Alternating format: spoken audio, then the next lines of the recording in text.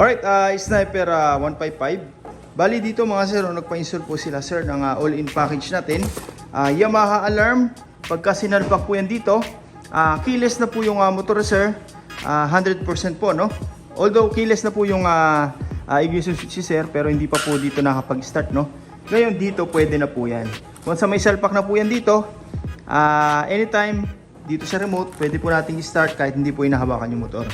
Okay, dito mga sir, no, pwede pa rin po tayo mag-start po dito sa ating ignition switch kahit wala po yung alarm, no? Okay, wala pong check engine yan.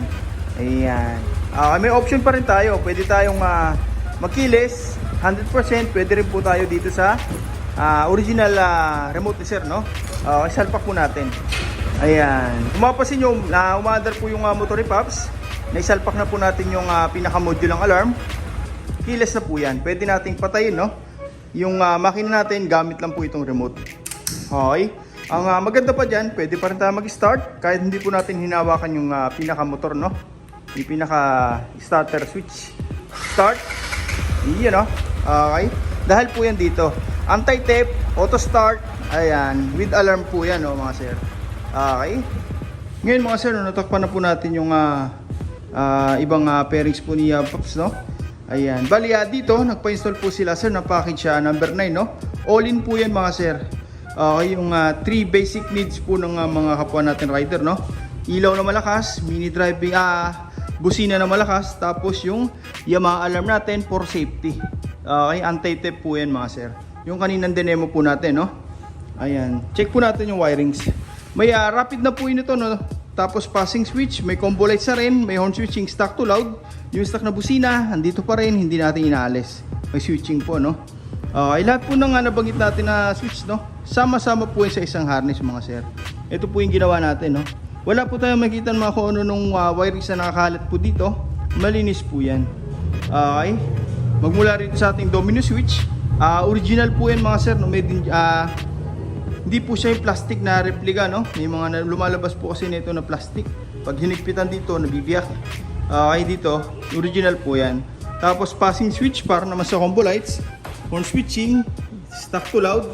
Lahat po yan, pababa po, sama-sama sa isang harness. Umikot dito sa ating chassis, papuntang busina. Ayan, original PR rin po ito mga sir, Hindi po tayo naglalagay ng mga replica. Okay, naka-harness din po yan, no? Papunta ron sa may ating power module. Ito po yan. Ay nagsama-sama po sila rito, no? Ito po yung galing sa Yamaha. Ito po yung gawa natin. Okay, parang wala pong nailagay, no? Dito mga sir, sa power module natin, siya po yung distributor ng power, no? Siya rin po yung control. Pagka meron tayo nito, hindi po tayo magkakaroon ng fluctuation sa kuryente mga sir. Kahit po magsabay-sabay po naka-on yan, no? Yung ating MDL, busina, alarm, hindi po tayo magkakaroon ng fluctuation. Kumbaga, stable pa rin yung power. Wala pong mag-aagawan, no? Tulad nung iba, no, na pupunta rin sa shop. Pag nag-on ng mini driving, hihina po yung busina. Tapos pag nag-on daw ng pag nag-loud horn, kumukurap yung mini driving. Dito hindi po yun mangyayari. Dahil po yan dito, no? Wala na po tayo makikita kung ano ng mga relay po rito na nakasiksik, no? Katulad kanina. Ayun ang mga tinanggal po natin, no? Dati na po may mini driving sila sir. Pinatanggal po, pinapalitan ng bago. Yung mas malakas. Okay. Wala na po tayong makita mga nakasiksik dito na kung ano, no? Andito na po lahat yan. Okay, sa power module natin. Dalawa po yan, no? Okay. Then so made in Japan. Kaya sure po tayo na matibay talaga. Marami na tayong customer na na-install na ito. Hanggang ngayon mga sir, all goods pa rin, no? Ang kagandaan pa dyan, magpalit man tayo. Just in case lang po, no? Magpalit tayo ng MDL, busina, kahit anong brand po yan. Applicable po yan dito sa power module natin. Hindi na po tayo magkakat ng wire. Wala nang i-rewirings. Itong ginawa natin, fix na po yan dyan. Okay? Same features pa rin. May rapid horn, combo lights. Plug and play na lang. Ready to use agad, no? Yung sakali lang naman po na magpapalit tayo. Okay? Umabot mo ng ilang taon, magpapalit tayo. Hindi na po kayo mahirapan. Okay? Ganyan po tayo gumawa rito, no? Hindi po yung basta install lang, mapailaw, mapatunog, okay na. Dito, lahat po yan, ultimo yung wiring sa atin, nakahinang po yan para walang loose contact na mangyayari, matagtag man yung motor sir, malubak man, safety po yan. Tsaka naka-shrinkable tube lahat ng mga joints para kung sakali, no, tumagal yung wiring sa atin, hindi po basta-basta magkaroon ng electrical short. Ayan. Then after nyan, po, rubberized tape na po yung exterior niya. Hindi po tayo naglalagay ng mga shrinkable tube dito sa outer line, no? Kasi hindi po advisable yun para sa pambalot ng wire dito sa labas. Kasi pagka nainitan po yan, nagbibitak-bitak parang interior ng gulong, no?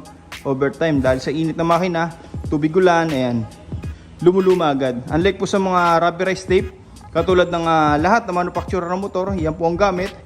Flexible po yan. Lumigo-ligo man tayo, hindi po yan naglalamat. Yan po yung maganda sa pambalot natin mga sir, no? Hindi po yan yung typical na pambalot ng mga electrical tape, no? Sa mga household, yung nabibili sa mga hardware dito, no? Ayan, special po yan para sa wire harness talaga. Okay, ayan. Yung alarm natin, nakasecure po yan sa loob, no? Hindi po basta-basta naabot ng mga kawatan. Ayan, nakasakit na rin po yan, plug and play. Kagaya po ng demo natin kanina, no? Okay, ngayon, ikakabit na lang po natin yung mga parts, tapos yung mga pairings, tapos testing na natin, no? Okay, ayan, safety po yan. Umulan, umaraw, hindi po basta-basta maapektuhan yung ating wirings overtime, no? Okay, pasukin man to ng daga mga sir, sureball po yan. Hindi po yan basta-basta ngangat-ngatin. Unlike puro sa mga nakagapang dito na iba-ibang kulay ng wire, no? Para daw pag nasira, madali raw i-repair ng mga customer. Hindi po tayo ganun mag-isip mga sir. Dito hanggat mare, lahat po yan, finished product, 100%. Walang mga nakalabas na wire. Okay? Ayan, kabit na natin yung mga pairings. Start, 1, 2. Yun, no? Natapos na po natin yung motor sir, no? Sniper 155 package number 9, no? Which is Yamaha toy alarm, mini driving light, PIA dual loud horn, combo lights, horn passing, horn switching. Ayan, rapid horn, meron na rin po ito, no? Okay, ayan. Kung napansin nyo kanina po, no? Dito po natin i-start sa remote. Keyless na po yung motor sir. Although keyless na po yun, no? Pero dito, hindi po tayo pwedeng makapag-start, no? Yung auto start na tinatawag dito. Pwede po yan. Pwede natin dito patayin. Pwede rin tayo dito mag-start. Okay? May option po tayo, no? Pwede rin po tayo dito sa original ignition switch mag-start, no? Wala pong problema yun mga sir. Okay? Ang purpose natin dito sa Yamaha alarm for anti-theft. Okay? Ayan, no? Para in case nablutin yung motor sa atin, pwede po nating patayin anytime, no? Okay? Check natin yung mga in-install natin na ilaw. Okay? Ayan. Ito po yung headlight ni sir. Ito po yung mini driving. Yun, no? Apakalakas po yan mga sir. Kung mapapansin yung sa area natin, maliwanag na maliwanag. Pero yung MDL, talagang litaw na litaw po, no? Talagang malakas po. High lumens.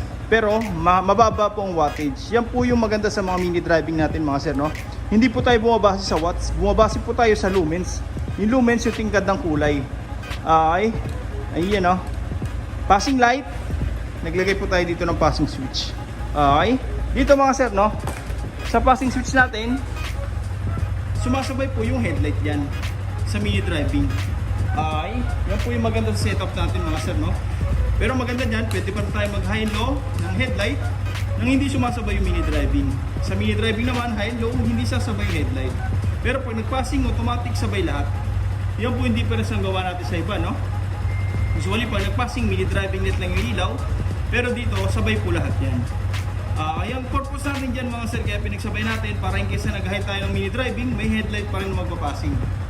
Okay? For example, yung headlight naman yung naka-high, meron namang MDL na papalit para sa passing. Ayun, no? Ayun po yung combo light sa atin mga sir. Hindi po tayo basta-basta nagtatap ng mini driving dito sa headlight, no? Na kapag ka nag-high ng headlight, sumasabay yung mini driving. Dito hindi po ganun mga sir. Okay? High and low headlight, high and low mini driving. Ayan. May mga nagtatanong, sir, paano kung naka-on po lahat? May passing pa rin ba? Try natin, no? High ng headlight, MDL, nag-passing tayo, may ilaw pa rin dyan mga sir. Hindi tayo mawala ng passing light, no? Okay. Sa stock horn, ito po yung switch. Ayan. Ito po yan, no? Stock horn. Wala po tayong nilagay na passing, no? Wala rin pong rapid dyan mga sir. Para in case na magpaparestore tayo, fully stock ng busina, wala pong magiging violation. Tapos sa loud horn, press lang po natin itong hollow switch kanina. Automatic po yan, lalakas yung busina natin at magkakaroon po ng horn passing, no? Ayan, no? Tapos hindi lang po basta loud horn, nag-install din tayo ng po natin yung horn switch, yung busina natin, magsusunod-sunod na po yan. On tayo ng MDL, ng headlight, MDL, nagbusina, yung horn passing pa rin. Rapid horn. Okay, napakalakas. Ayan. Ngayon, demo naman natin itong Yamaha alarm, no? Bali dito mga sir, no? Dalawang remote po yan, isang main, tapos isang duplicate. Okay, dito parehas lang po sila ng function, no? Auto start, unlock, tapos lock. Kahit dalhin po natin yung, kahit alin po yung dalhin natin dito mga sir, okay lang po, no? Kahit iwan natin yung isa sa bahay natin. Okay, bali duplicate lang po siya. In case na ma-misplace po natin to, meron pa rin tayong isang magagamit. Okay, auto start. Dalawang pindot lang po rito sa thunder sign. 1, 2. Okay. Yun, no?